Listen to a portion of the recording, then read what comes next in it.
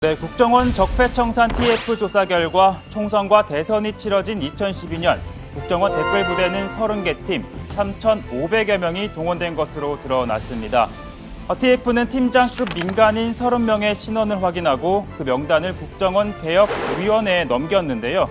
그러면서 검찰에 수사 의뢰할 것을 권고했고 국정원 개혁위도 곧바로 국정원에 권고를 했습니다. 아니, 국정원 개혁위가 직접 수사를 의뢰하면 되지 뭐가 이렇게 복잡하냐 하실 텐데 개혁위 측에서는요. 국정원 명의로 검찰 수사를 의뢰하는 게 정확한 수사에 도움이 되리라 판단했다고 설명했습니다. 서훈 국정원장도 곧바로 수사 의뢰를 할 것으로 보입니다. 국정원의 정치 개입을 근절하는 것은 어제 오늘의 숙제가 아닙니다. 이번이 마지막 기회다.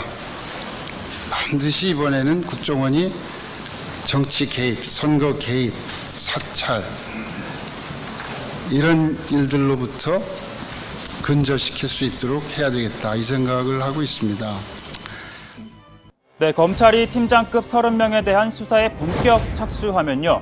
원세훈 국정원이 댓글 부대를 어떻게 운영했는지 밝혀질 것으로 보입니다.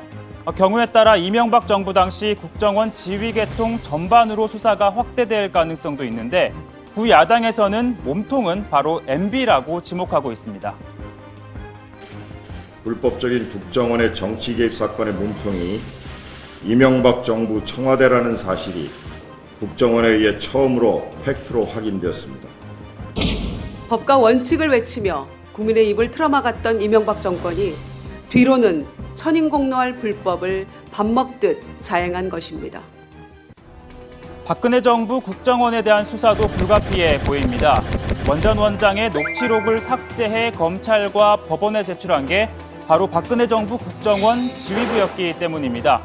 당시 책임자는요, 박 전 대통령의 탄핵 그리고 수사를 앞서서 반대했던 남재준 전 원장입니다. 대한민국의 법치가 살아서 숨쉬고 있기 때문에 진실과 정의는 반드시 규명될 겁니다. 희망과 용기를 잃지 마시고 건강에 조심하시면서 끝까지 버티십시오. 저들이 지켜내겠습니다. 네, 삭제된 녹취록은 적폐청산 TF에서 복구해 원 전 원장의 결심 공판에서 공개가 됐는데요. 원 전 원장이 직접 선거나 국정원 온라인 활동에 대해 발언한 부분들이 있었습니다.